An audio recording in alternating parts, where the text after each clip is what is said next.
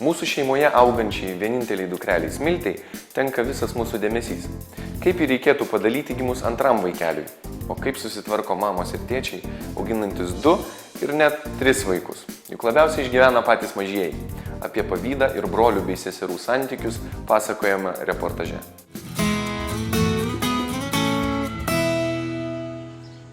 Įsivaizduokite, kad esate mažas žmogutis. Mama jums verda skaniausią maistą, vakare grįžęs tėtis žaidžia su jumis, seneliai seka įdomiausias pasakas, o netrukus turėsite žaidimų draugą, sesę arba brolį, bet niekas jums nepaaiškina, kad su juo galėsite žaisti jau gerokai vėliau. Be to, teks dalytis žaislais, o svarbiausia – tėvelių dėmesiu ir meilę. Dalytis per pusę viską, ką turėjai – skaudu, apmaudu, pikta, o svarbiausia – pavydu. Pavydas – natūralus jausmas, atnešantis didelių išgyvenimų šeimos pirmajam vaikui. Ką daryti tėveliams? Kaip paskirstyti savo dėmesį, kad vaikų pavydas vienas kitam nedarytų įtakos tolimesniems brolių ir seserų santykiams? Mūsų laidos herojė – mama Lina. Jų nebežino, ko griebtis. Tarp 2 jo sūnelių, 2,5 Rapolo ir 1 Kristupo namuose nuolat verda kova. Problema, kad yra toks labai jau didelis broliškas pavydas.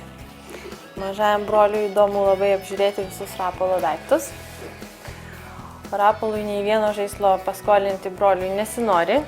Gal ir mama per daug dėmesio skiria kartais vienam, o ne kitam. Ir tokios labai didelės peštynės pas mus. Niekada negaliu būti rami.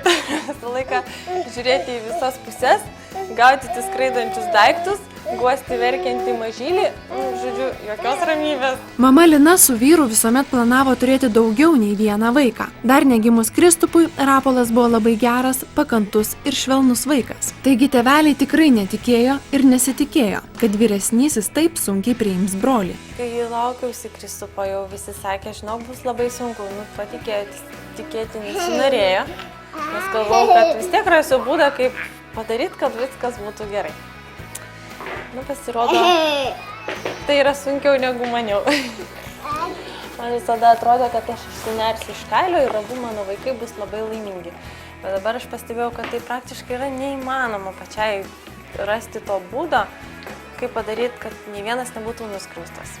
Nes ar vienu ar kitu atveju, tai jeigu vienam netrūksta dėmesio, kitam būtinai jo pritrūks. Kažkokių sprendimo būdų pati jau niekaip nerandu. Atvykus mūsų filmavimo grupiai, vyresnėlis Rapolas buvo gana santūrus ir neatskleidė savo kasdienio elgesio su broliu Kristupu. Mat operatoriaus kamera ir nauji žmonės jam buvo kur kas įdomesni. Ir vis tik mama Lina pasakoja, kad dalį dienos problema išsisprendžia, nes Rapolas būna darželyje. Ir tik jam grįžus namuose kyla chaosas. Mama Lina stengiasi juos atskirti, kiekvieną sudominti mėgstamą veikla, bet tai trunka vos kelias minutes. Specialistų nuomonė reikėtų daugiau dėmesio skirti pirmagimiui, nes jam tai itin sunkus metas – vidinė krizė, kuri dažnai gali pasireikšti elgesio sutrikimais. Vienas iš jų – pykčio priepuoliai, kuomet vyresnėlis gali nuskriausti mažąjį. Pasidalyti savo patirtimi ir pagelbėti mamai Linai sutiko 7 vaikų mama. Jums nepasigirdo. Taip, 7, 5 mergaičių ir 2 berniukų mama Aurima Dilienė. Be viso to ji dar ir vaikų paauglių psichiatrė bei privačios mobilios poliklinikos įkūrėja. Kaip pati sako, šeima nuosava laboratorija, padėjusi teorinės žinias ne tik pritaikyti, bet ir papildyti realybėje. Nes reiškia, kai gimė kūdikis, tai mama su visa didžiulė meilė augino tą kūdikį visus metus. Bet šalia buvo vyresnis vaikas, jinai fiziškai negalėjo, ar ne? Duoti vienodai abiem, tai yra nerealu. Ir vaikas sureagavo labai skausmingai, sukaupė, reiškia, neigiamas emocijas kaip apmaudą tokį, viduj. Būdamas visiškai mato, būdamas metuku, ar ne, jisai dabar jau, būdamas 2,5, jis jau turi bagažą neigiamų emocijų brolio atžvilgiu. Mama Aurima patarė neslopinti konfliktų, kurie kyla dėl pykčio, padėti broliukams rasti geriausią sprendimą, kad nebūtų vienas visuomet bėgantis pas mamą pagalbos, o kitas visuomet baudžiamas. Ateityje tai gali turėti pasekmių vaikų savivertės atžvilgių. Konfliktai padeda išugdyti vaikų diplomatiją ir emocijų valdymą.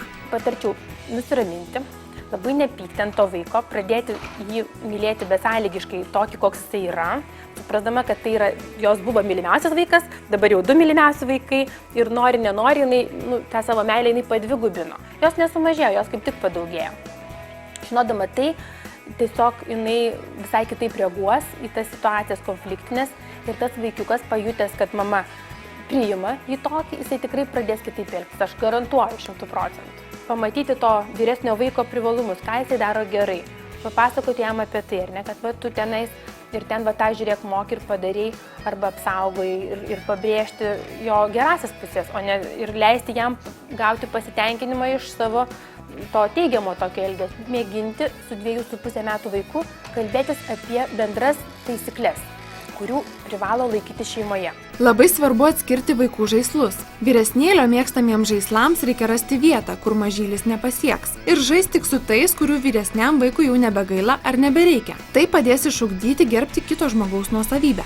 Gera žinia mamai Linai ta, kad šis pavydas, jei teisingai elgsitės, netrukus praeis. Iš tiesų viskas paprasta. Visi nori būti mylimi ir gauti dėmesio. Nepamirškite, kad jūs galite turėti daug vaikų, tačiau kiekvienam jūs busite vieninteliai, nepakeičiami ir ypatingi – tėtis ir mama. Vos nepamiršome, laidos herojai mamai Linai specialų prizą įsteigė knygynas Alma Litera. Tikimės, tai nors šiek tiek leis atsipūsti prie puodelio arbatos, kai broliukai saldžiai miega.